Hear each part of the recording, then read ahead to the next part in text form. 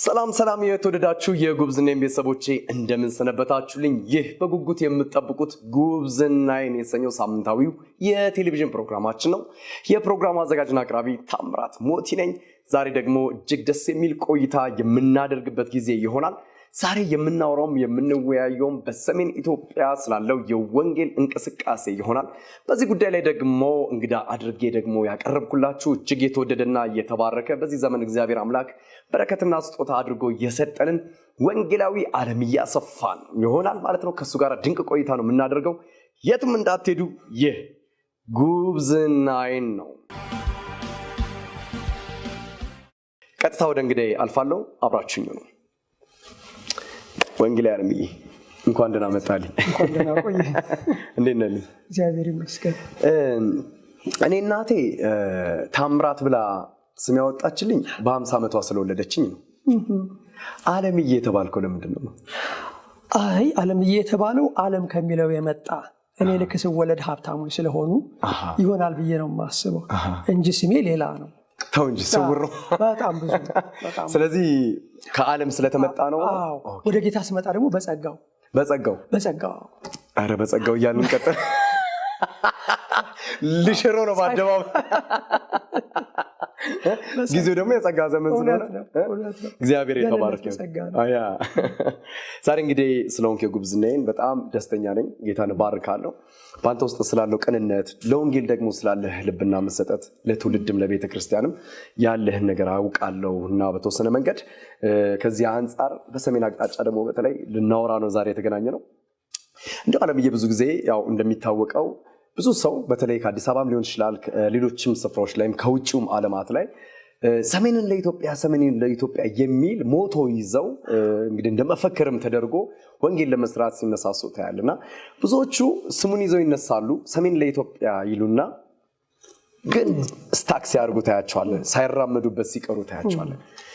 ምንድነው ሰሜንን ለኢትዮጵያ እንዲሉ ያደረጋቸው ምክንያት ብለህ ታስባለህ? የመጀመሪያው እንግዲህ ያው ሰሜን ለኢትዮጵያ የሚለው ነገር እያንዳንዱ ሰው ከራሱ ኢየሩሳሌም ነው የሚጀምረው። በነገራችን ላይ መጽሐፍ ቅዱስ በግልጽ የሚያስታውቀው ወደ ዓለም ሁሉ ሂዱ ወንጌልን ለፍጥረት ስበኩ ነው። እንደገና ደግሞ መንፈስ ቅዱስ በእናንተ ላይ በወረደ ጊዜ ኃይልን ትቀበላላችሁ፣ በይሁዳ በሰማሪያ በኢየሩሳሌም በይሁዳ በሰማሪያ እስከ ምድር ዳርቻ ነው የሚለው። ወንጌል ገደብ የለው። ወንጌል ድንበር ተሻጋሪ ነው። ለምነኝ አሕዛብን ለርስት ብዙዎቻችን ምንላት የምድርንም ዳርቻ ለግዛትህ እሰጣለሁ ያለው እግዚአብሔር እና ወንጌል የምንመሰክረው እስከ ዓለም ነው። የምትነሳው ግን ከራስ ኢየሩሳሌም። ለምሳሌ መጥምቁ ዮሐንስ በይሁዳ ምድረ በዳ ነው እየሰበከ የመጣው። ጌታ ኢየሱስ በየመንደሮቹ ሊዞር ነበር እና አገልግሎት ከራእይ ነው የሚጀምረው። ራእይ መጽሐፍ ቅዱስ ውስጥ ነው ያለው። ለግለሰቦች ደግሞ ራእዩን ይሰጣል። አገልግሎት ከሸክም ነው የሚሰጠው። አሁን ለሰሜን ሸክም የሰጣቸው ሰዎች ነው። ሰሜን የሚለው ትርጉም ራሱን ይቻላል። ስለዚህ አገልግሎት የሚጀምረው ከራእይ ነው። ራእያችን ሰው ነው ግን ቦታን ይሰጣል። ለምሳሌ ለእስራኤል የሚጸልዩ ሰዎች አሉ። 24 ሰዓት የሚጸልዩ ሰዎች አሉ ለእስራኤል ብቻ።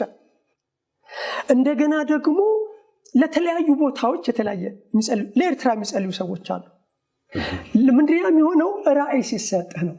ስፔሲፊክ ይሆንና ቅድም እንዳልነው ከዓለም ክፍል የተወሰነው ይሆንና እና እኔ ምናልባት ከራሴ ብነሳ ሰሜንን ለኢየሱስ ብለን ስንል እንዳልኩ ትርጉም ላይ እንመጣበታለን። የጀመርኩት አዲስ አበባ ነው ከራሴ ኢየሩሳሌም 86 ነው። ሙሉ ወንጌል ላምበረት በጣም ብዙ ቸርቾችን የወለደች ላምበረት ነች። እንግዲህ ከላምበረት አቅም ግንባታ እንደዚህ እያለ መሪ እንደዚህ እያለ አሁን ያለው ሰሚት አጥቢያ ነው በሙሉ ወንጌል ቤተክርስቲያን። እና ከዛ በኋላ የዛሬ 15 ዓመት እግዚአብሔር አንድ ነገር ተናገረኝ፣ ሰሜንን ለኢየሱስ። አንዳንዴ ቋንቋውን ላታውቀው ትችላለህ እንደ ሕዝቅኤል ማለት ነው። እና ቋንቋውን አላውቅም ጌታ ሆይ እግዚአብሔር ራእይ ለማን እንደሚሰጥ ምን እንደሚሰጥ አታውቀው፣ ግን ራሱን ታምኖ ራእይ ይሰጣል። እኔ እንግዲህ አሁን ቅድም ከጠየቀኝ ጥያቄ አኳያ አንዳንዶች ሸክም ነው። ከሸክም ያልጀመረ አገልግሎት እንደሚባለው ፍቅር ነው፣ ቅናት ነው። ለዛ ህዝብም ያለ ፍቅር ነው። እኔ አሁን በደንብ መታወቅ ያለበት ለዛ ለሰሜን ህዝብ ያለ ፍቅር ነው። ዋጋ እኮ ነው የሚያስከፍለው። በነገራችን ላይ ምናልባት የምታገኘው አክሊል ሊሆን ይችላል፣ ግን ዋጋ ያስከፍላል። አይደለም እዛ ሩቅ ያለው ቦታ አጠገብህ እንኳን ያለው ነገር ኮንፈርት ዞን ማንም ሰው ይመርጣል። ግን ራእይ ይሰጣል እግዚአብሔር፣ ሸክም ይሰጣል። ሲሰጥህ ከሸክም ጋር እግዚአብሔር የሚሰራው ስራ ነው። እና ጳውሎስ ስለ እስራኤል ልመና እንዲድኑ ነዋል። እንዲያውም ምን ይላል? ህመም አለብኝ፣ የማያቋርጥ ጭንቀት አለብኝ በልቤ ማለት ታሟል ሰውየው። ህልም ደግሞ ራእይ ደግሞ እንድትታመም ነው የሚያደርግ ስለዛ አካባቢ። ግን እግዚአብሔር ስራውን የሚሰራበት የመጀመሪያው ነገር ሸክም፣ ቅናት እና ራእይ ነው። ስለዚህ እኔ አንዱ ራእይ ነው ብዬ አስባለሁ። ሌላኛው በደንብ መታወቅ ያለበት ዛሬ እንደው በዚህ አጋጣሚ የሚሰሙንም ሰዎች አንዳንዴ ፖለቲሳይዝድ ይደረጋል። ሰሜን ማለት በደንብ መተርጎም አለበት። መጽሐፍ ቅዱሳዊ ነው። እግዚአብሔር ለአብርሃም ያለው ሰሜንን እስከ ሰሜን እስከ ምድር ዳርቻ ደቡብን፣ ምዕራብን፣ ምስራቅን ብሎ አራቱንም የነገረው ለአብርሃም። እንደዛ ሲነግረው ዘርህ እስከ ምድር ዳር ድረስ ብሎ አሕዛብ ባንተ ይባረካሉ። ይህም ገላትያ ላይ ይሄ የአብርሃም መባረክ ወንጌል እንደሆነ ታየዋል። ባንተ ይባረካሉና ብሎ ወንጌልን ለአብርሃም ሰበከ ተብሎ የመጀመሪያው ወንጌል ሰባኪ እግዚአብሔር እንደሆነ ታያለ። ስለዚህ አሁን ሰሜን ስንል ፖለቲካል ሰሜን አይደለም። በጣም አንዳንዴ ውስጥም ሆነ ሰሜን ስትል አንዳንድ ሰው ቆም ይላል። ኢየሱስ ስትል ቆም ይላል። በነገራችን ላይ ሰሜንን ለወንጌል ወይም ሰሜንን ለኢየሱስ ነው የሚለው። አሁን ሰሜን የሚለውን ነገር ነው ሰዎች ከትርጉም ነው የሚጀምረው እኮ። ስለዚህ ሰሜን የሚለው ነገር አሁን እኛ ካለንበት ከዚህ ከአዲስ አበባ ወደ ሰሜን ያለው ማለት ነው። ስለዚህ ሰሜን ኢትዮጵያን፣ ሰሜን አፍሪካንም ያጠቃልላል። አንዳንዴ እንደውም እንደ እንትኑ ስታይ አሁን ደቡብ አፍሪካ ሲባል ወንጌል ወደ አእምሮ ይመጣል። ሰሜን አፍሪካ ሲባል ግን አሁን ደቡብ ኢትዮጵያ ስትሄድ ደቡብ ስታይና ሰሜን ስታይ ከወንጌል አኳያል። ስለዚህ አሁን እኛ ፖለቲካል ሰሜን አይደለም። ፖለቲካል ሰሜን የሚባላል ወይ? አዋል መጽሐፍ ቅዱሳዊ ሰሜን የሚባላል። ምን ማለት ነው? ለሰዎች እንዲገባ ፖለቲካል ኢትዮጵያና ፖለቲካል ሰሜን የሚባላል፣ ወይም ፖለቲካል ኢትዮጵያና ቢብሊካል ኢትዮጵያ። ቢብሊካል ኢትዮጵያ መጽሐፍ ቅዱሳዊ ኢትዮጵያ ይች አይደለችም። መጽሐፍ ቅዱሳዊ ኢትዮጵያ ብዙ ነበሩ። አሁን መጥራቱ አስፈላጊ ስለ አይደለም። አሁን ያለችውስ ፖለቲካል ኢትዮጵያ ነች። አሁን ሰሜን ሲባል ፖለቲካል ሰሜን ነው። እኛ እያልን ያለነው ወንጌልን ለሰሜን ስንል ወንጌል ምን እንደሆነ መጣበታለሁ። ሰሜን ማለት ግን አሁን እኛ ካለንበት ይዞ እስከ ሰሜን ማለት ነው። ኢራቅም ኢራንም ሰሜን ነው። ኤርትራም ሰሜን ነው። አፋርም ሰሜን ነው። ትግራይም ሰሜን ነው። ጎጃምም ሰሜን ነው። ህንድ ሰሜን ነው። ቻይና ሰሜን ነው። ኢራቅና ኢራን ሰሜን ናቸው። ስለዚህ አሁን ፖለቲካል ሰሜን ሳይሆን ቢብሊካል ሰሜን ሲባል እስከ ሰሜን ተስፋፋለ፣ ሰሜንንም አምጣለዋለሁ ሲል ሰሜን ከመቶ ጊዜ በላይ ተጽፏል በመጽሐፍ ቅዱስ። ስለዚህ አሁን የምናወራው ከዚህ በኋላም ሰዎች እንዲገነዘቡት እኛም የምንለው ሰሜን ኢትዮጵያን ሳይሆን ብቻ ሳይሆን ሰሜን ኢትዮጵያን፣ ሰሜን አፍሪካን፣ ሰሜን አውሮፓን የሚያጠቃልላል ማለት ነው። ስለዚህ ሰሜን ስንል ብዙ ነገር የሚያጠቃልል ማለት ነው። ለወንጌል ስንል ግን ምናልባት በዛው ታዲያ ሰሜንን ለወንጌል አሁን ሰሜን የሚለው ነገር ካስማማን ከምድር ወገብ በላይ ያለው አሁን እኛ ካለንበት በላይ ከሆነው እሱ ከተስማማን ለወንጌል ማለት ማለት ወንጌል ማለት ዩአንጌሊዮን ከሚል የመጣ ነው። ብዙ ሰው ትርጉሙን ያውቀዋል። ተግባራዊ ያደርገዋል ወይ? አሁን ምኞታችን እሱ ዩአንጌሊዮን ከሚል የመጣ የምስራች ቃል የድል አዋጅ ማለት ነው። ይሄንን ለሰሜን ማለት ነው። ሲጀመር ሰሜን የእግዚአብሔር እኮ ነው። ምድርና ሞላዋ የማን ናት? የእግዚአብሔር ናት። የሰሜን ባለቤት ማን ነው? እግዚአብሔር እኮ ነው። በአዲስ ኪዳን ኢየሱስ ክርስቶስ ጌታ ነው። የጌታን ስም የሚጠራ ይድናል። ጌታ የተባለው ሁሉ በብሉይ ኪዳን እግዚአብሔር እንደሆነ መጽሐፍ ቅዱስ ይናገራል። አሁን ወንጌልን ለሰሜን ስንል ምን ማለታችን? ወንጌል ይሄ ትርጉሙ የምስራችሁን እንጂ የአንድን ሰው የሞት ዕጣ ፈንታ ታሚ እኔ አሁን ሁሌ ምንድን ነው የሚቸግርህ ብለህ ካልከኝ መንፈስ ቅዱስ ካላብራራው በስተቀር ስለ ሲኦል መተንተን ማንም ሰው አይችልም እስካሁን። ስለ መንግስተ ሰማይ መተንተን ማንም ሰው በዓለም ላይ እስካሁን አልቻለም። እንዲያውም ምን ይባላል? ውቅያኖስ ሁሉ ቀለም ቢሆን፣ ዛፍ ሁሉ እስክርቢቶ ቢሆንና ተጣምረው መጻፍ ቢጀምሩ መንግስተ ሰማይን መግለጥ አይችልም። ስለዚህ ምን እያልን ነው? ወንጌል ለሰሜን ስንል መንግስተ ሰማይን ለሰሜን እያልን ነው። ሰው ቢገባውም ባይገባው አሁን ይሄ ነው መታወቅና መተንተን ያለበት። ባለቤቱን ካልናቁ አይነቀጥ፣ አጥሩን አይነቀንቁ። ወንጌል የእግዚአብሔር ነው። ወንጌል የመንግስቱ ወንጌል ሲል ታውቃለህ። ለእግዚአብሔር ወንጌል ተለየን የሚለው ወንጌል የእግዚአብሔር ነው። አሁን የእግዚአብሔርን ወንጌል እግዚአብሔርን ለሰሜን ይያል ወንጌል ያንድን ሰው ሞት ዕጣ ፈንታ በህይወት ዕጣ ፈንታ የሚቀይር ወንጌል ማለት አዲስ ፍጥረት የሚያደርግ ነው። ከኩነኔ ነፃ የሚያወጣ የእግዚአብሔር ልጅ የማድረግ ስልጣን አለው። ይሄ መዳን የሚባለው ማቶ ስለዚህ እሱ ነው። ለአንተ ደግሞ ወንጌል ምንድነው ብለህ ካልከኝ ምክንያቱም ይሄንን ወንጌል ነው። ይሄ የገባው ሰው የተባለለት ይቀበላል። ሰራተኛው ሰው ደግሞ በፓሽን ይሰራል፣ በፍቅር ይሰራል፣ በሸክም ይሰራል። ወንጌል ለአንተ ደግሞ ምንድነው ካልከኝ ወንጌል ለኔ መገለጥ ነው። አጠገብ ተሰውሮ የነበረ ከዘላለም ዘመናት ተሰውሮ የነበረ ነው አይደል የሚለው ኢየሱስ ክርስቶስ። ልክ ስትባንን ከኔ ወዲያ ላሳር የሚል የነበረ ሰው ተከኑበት የነበረ ሰው ልክ ሲገለጥለትና ኢየሱስ ሲያቀው በቋንቋ ሊገለጽ የማይችል ነገር። ስለዚህ ወንጌል መገለጥ ነው። አሁን አንዱ ወንጌል ለዛ ምድር እንዲገለጥ ከአስተዋዮችና ከጥበበኞች ሰውረህ ለሕፃናት ስለገለጥክላቸው ታሜ ለአንተና ለሚሰሙን ሰዎች እግዚአብሔር ገልጦልን ነው እንዲህ የምንሆነው። ወንጌል ብርሃን ነው። በጨለማ የሄደ ህዝብ ብርሃን አየ አይደል የተባለው። ወንጌል የእግዚአብሔር እርዳታ ነው። በተወደደ ቀን ሰማሁ በመዳን ቀን ረዳሁ ይላል። ወንጌል የእግዚአብሔር እርዳታ። ወንጌል ታሜ የልብ መነካት ነው። ልባቸው ተነካና እንኪያ ምን እናድርጋሉ ይላል። ልብ ካልተነካ በምንም ተአምር ስትደክም ታድራለህ። ልክ ነው። መገለጥ ደግሞ በእግዚአብሔር ቃል ነው። ያንን የእግዚአብሔርን ቃል ኢየሱስ ክርስቶስን ነው ለሰሜን ብለን የምንለው። ስለዚህ ወንጌል መገለጥ ነው። ወንጌል ብርሃን ነው። ወንጌል የልብ መነካት ነው። ወንጌል ምሪት ነው። እኔ አሁን ጥማትና ምኞትህ ምጥህ ምንድነው? ስዕልህ ምንድነው? ለገላትያ ሰዎች እንደዛ አይደል ያላቸው? ስዕልህ ምንድነው? ምጥህ ምንድነው ብለህ ብትለኝ ወንጌል ለሰዎች እንዲገለጥ እግዚአብሔር አምላክ ይባርክ። ድንቅ ነው። ወንጌል ላይ እንደው ሰፊ ሀሳቦችን የሰሜን አረዳድ የተለያየ ስለሆነ በሰዎች እይታ ውስጥ ያለው ነገር ስላለ በተረዳህበት በደረስክበት እውነት ሰሜንን የገለጥክበት መንገድ በጣም ደስ ይላል። ደግሞም ሰፊ እንደሆነ ግልጽ ነው። ቀጣይ ሀሳቦችን እንድናነሳም ስለፈለኩ ነው። እንግዲህ አሁን የኢትዮጵያ እንግዲህ የሰሜን ክፍል ላይ ነው ፎከስ የምናደርገው እና እኛ ደግሞ በሰሜኑ አቅጣጫ በኢትዮጵያ እንግዲህ ሰሜኑ አቅጣጫ ላይ የወንጌል እንቅስቃሴ ቻሌንጅ እንደሆነ ይታሰባል። ደግሞ ብዙ ሰዎች ተነስተው ባይሄዱም ተነስተው ደግሞ የሚሄዱም አሉ፣ እየገቡ እየሰሩም ያሉ አሉ። እዚህ ሆነው ደግሞ ሲሪየስሊ የሚጸልዩ ሰዎች አሉና ይህ ረዥም ጊዜ ፕሮሰስ የሆነ የመጣ ጉዳይ ነው። ታዲያ ከሚሰራው ከሚጸልየው ከሚሄዱትም ሰዎች አንጻር የወንጌል እንቅስቃሴ በሰሜኑ ክፍል ላይ ተጽዕኖ አምጥቷል ተብሎ ይታሰባል ወይ? ቀድሞ ከሚታየው ነገር አንጻር አሁን ላይ ያለውን ነገር እንዴት ታየዋለህ? ስራው እግዚአብሔር ስለሆነ ተጽዕኖ ያመጣል። በነገራችን ላይ የወንጌል ጉዳይ የሶስት ባለቤት ውጤት ነው። የእግዚአብሔር ነው። ልጁን ከመስጠት ጀምሮ ለወኔ ያላረኩት ምን ነገር አለ እንዳለ እግዚአብሔር ያላደረገው ነገር የለም።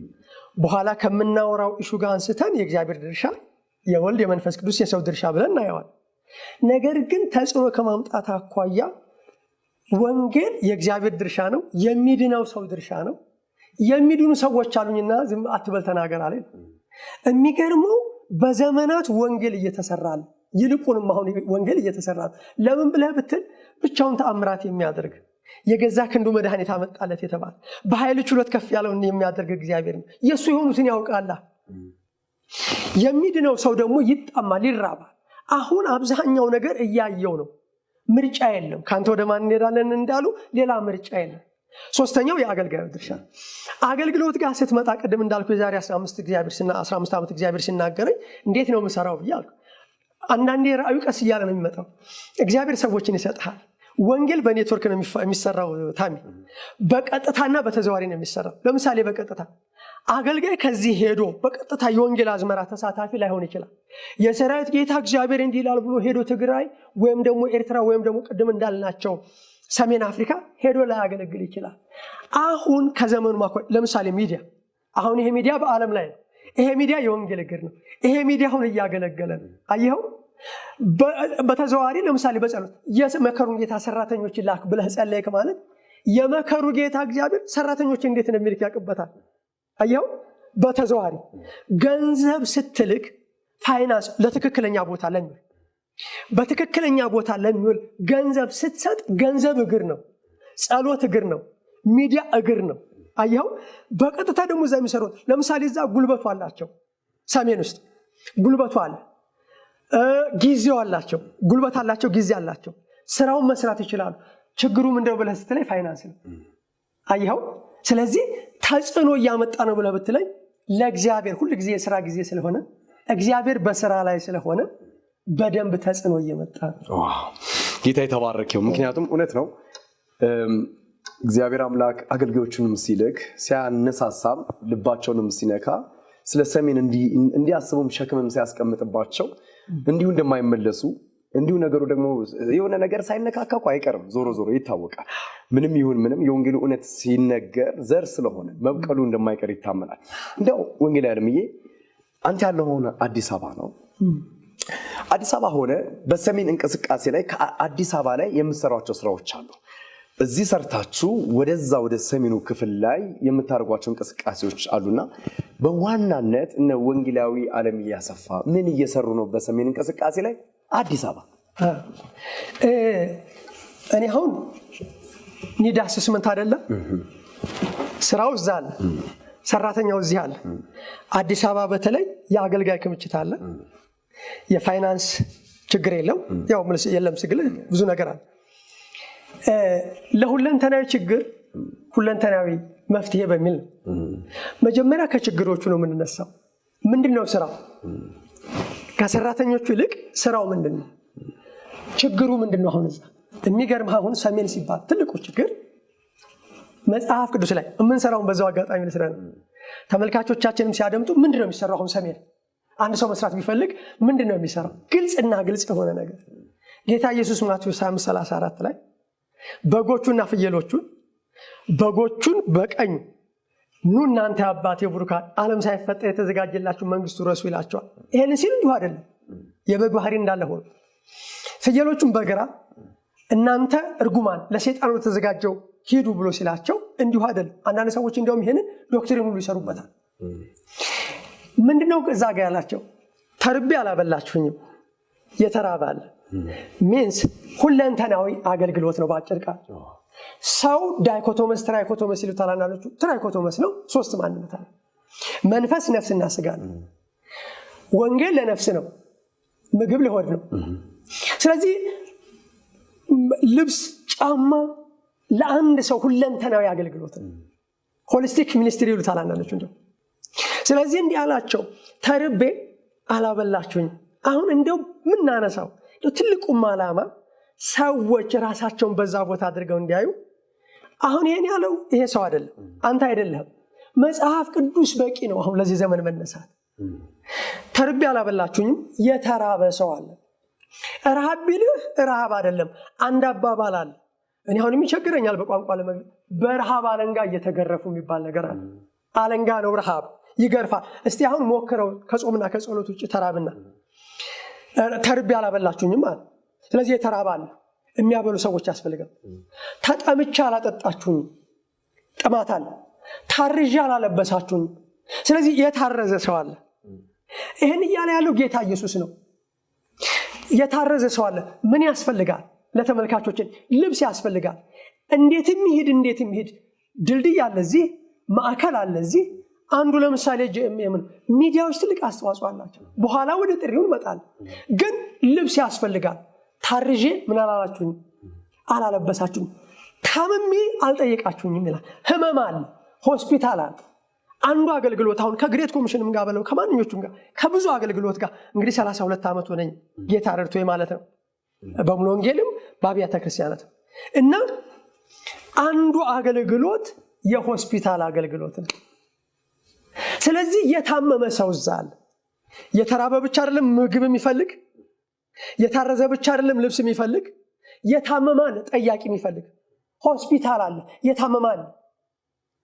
እሱ ብቻ አይደለም ታስሬ አልጠየቃችሁኝም አላላቸው። ቆጠርክ አሁን 6 አለ።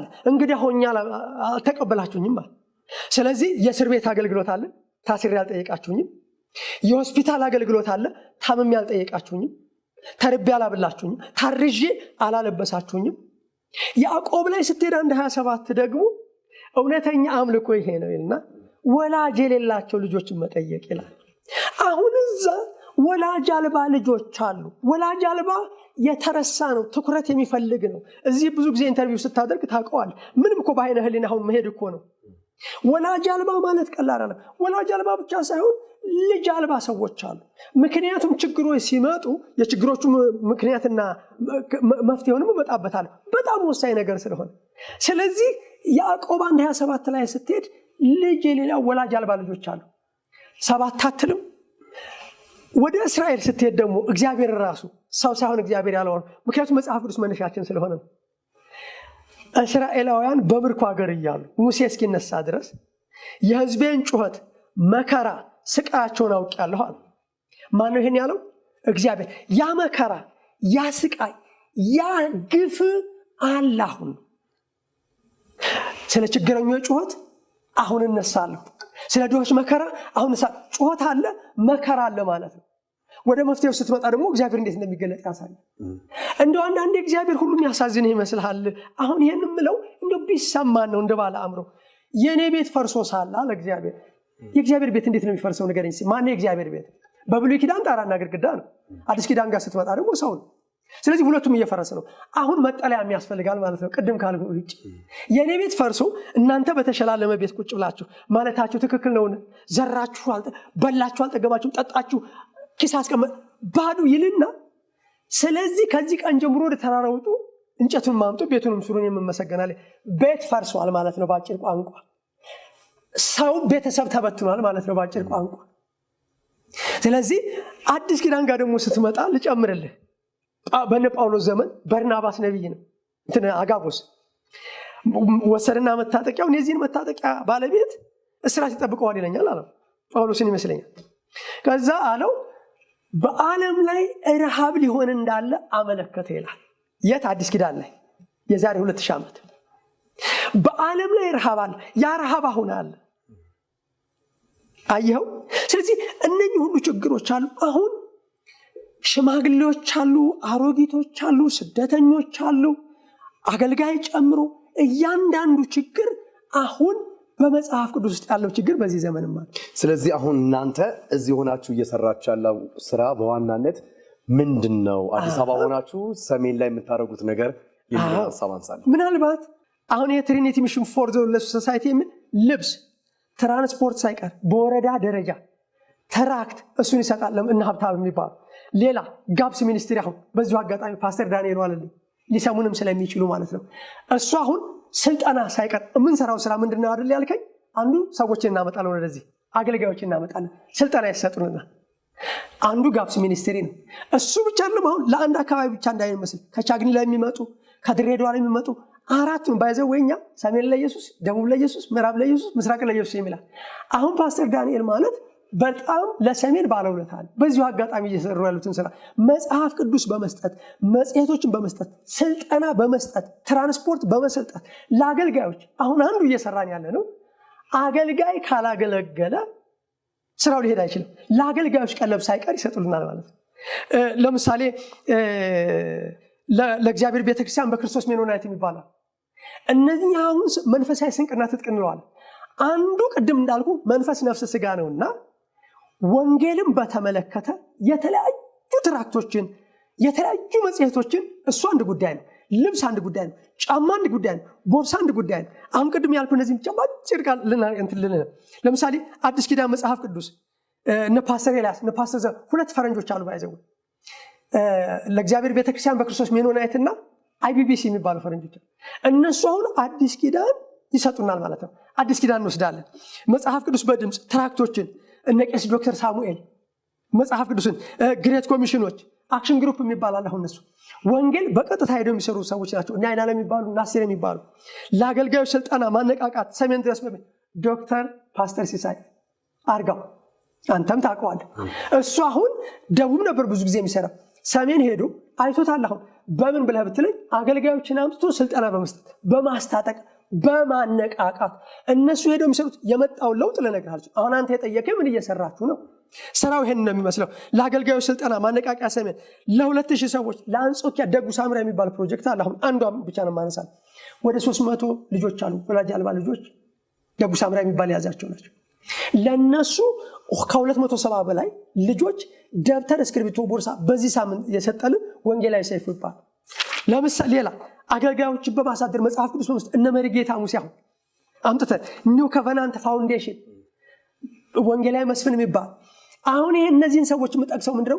እነዚህ ሰዎች ሰሜን እንደሚሰሩ ሌላውም ሰው መስራት ይችላል። ብርሃነ ሕይወት ህፃናት ማሳደጊያ ለ50 ልጆች በዚህ ዓመት ጫማ፣ ቦርሳ፣ ልብስ፣ የትራንስፖርት የሰጠችን ወይዘሮ ገነት ትባላለች። ለማ ለሰሜን ዋን ሆፕ ኢትዮጵያ የሚባሉ አሉ። የሚገርም ወጣቶችም ላይ እንሰራለን።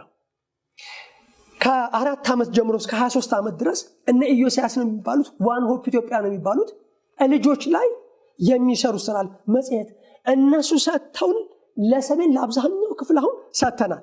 ጌዲዮን ኢንተርናሽናል የሚባል ታደሰ የሚባላል እነሱን አዲስ ኪዳን በአጋጣሚ ነው ማባለኝ ወንድማማቾች ቤተክርስቲያን 2 ሰዎች አሉ፣ መጋቢ ዳባና መጋቢ ሙልጌታ፣ ጸሐፊ ናታን የምትባል ሰጣ። ስለዚህ እነዚህ አሁን ኤፍቢአይ አያት 301ኛ አጥቢያ የማረሚያ ቤት አገልግሎት ቅድም ይያል ምን ሰራው የማረሚያ ቤት አሁን ደግሞ በአጋጣሚ ከነገ ወዲያ አንድ ቦታ እንዱ ሰሜን አካባቢ ማረሚያ ቤት አገልግሎት አለ። አንድ ኤፍቢአይ ፓስተር ቶማስ እና ፓስተር ሀብታሙ የሚባሉ 13 ጊዜ ሄደው አገልግለዋል። ማረሚያ ቤት የተለያየ ማረሚያ ቤት ማለት ነው። እነኚህ ሰዎች ናቸው።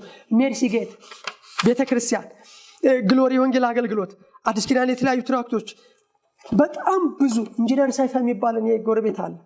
እነኚህ ሰዎች ሁሉ አሁን ቅድም እንዳልኩ ሁለንተና ላይ የመጀመሪያው ወንጌል ነው። በነገራችን ላይ በሚዲያ ትልቅ ስራ የሚሰራው ወንጌል በትግርኛ ይሰራል፣ በአማርኛ ይሰራል፣ በኦሮምኛ ይሰራል፣ በተለያዩ ቋንቋዎች ይሰራል። ስራ ይሄን ይመስላል። እግዚአብሔር ይመስገን። ይሄ ድንቅ ነገር ነው። በዚህ አጋጣሚ የጉብዝናዬ ቤተሰቦቼ ከዚህ የወንጌል እውነት ጋር መቆም የምትፈልጉ የሰሜን ሸክም አለኝ የምትሉ እናንተ እንኳን በአካል መሄድ ዘባችሁ ማገልገል የምትፈልጉ የተለያዩ ትራክቶችን በመስጠት መጽሐፍ ቅዱሶችን በመግዛት አልባሳቶችን በማዘጋጀት እንግዲህ እኔም ይሄን የወንጌል ድርሻ ልወጣ የምትሉ ሰዎች ካላችሁ የወንጌላዊ ዓለምያ አሰፋን ስልክ ቁጥር ከስክሪኑ በታች አስቀምጥላችኋለሁ። በመደወል ቀጥታ እንድታገኙ በጌታ ፍቅር ደግሞ ጥሬን አቀርባለሁ። እንደው በመጨረሻም በቀጣይ ምን የሚታሰብ ነገሮች ይኖራሉ? ቀጣይ ዘመናት ላይ እንደ እግዚአብሔር መንግስት አገልጋይና ሰራተኛ በሰሜን ኢትዮጵያ ላይ ምን አይነት የወንጌል እንቅስቃሴ ይኖራል ብለህ ታስባለህ? እንዲሁም ደግሞ አያይዘም የምታነሳው ሐሳብና መልእክቶች ካሉ መቋጫ እናድርግና እንጨርስ። ዓለምዬ እኔ ችግሮቹ በጣም ብዙዎች ናቸው። ቀደም እንዳነሳሁት ብዙ ሰው ምክንያቱም ላይ ይቸገራል። የመጀመሪያው መቼም ሰይጣን ነው። ሰይጣን ብዙ ስራዎችን ይሰራል። እንደምናውቀው አዳምና ሔዋንን ከገነት ከማስወጣት ጀምሮ አሁን ሰዎች መንግስተ ሰማይ እንዳይገቡ ነው ትግሉ። እነሱን ከገነት አስወጣ፣ አሁን ሌላ ሰው ገነት እንዳይገባ። ስለዚህ ሰዎች ወደ ገነት እንዳይገቡ ትልቁ ጥረት ሰይጣን። ስለዚህ ሰዎች የጸሎት ግሩፕ አሉ፣ አይነገርም እኮ አሁን ያደርጉታል እኮ። ግን ታሜ ብዙ ሰው ተነስቶ የትኛውም አገልጋይ በለው አዋሳ ስትለው ይቀለዋል፣ ደቡብ ስትለው ይቀለዋል፣ ሰሜን ስትለው ግን ያው ችግር። ቀደም እንግዲህ ሰሜን ማለት ሰሜን ኢትዮጵያ፣ ሰሜን አፍሪካ ሰሜን ነው ብለናል።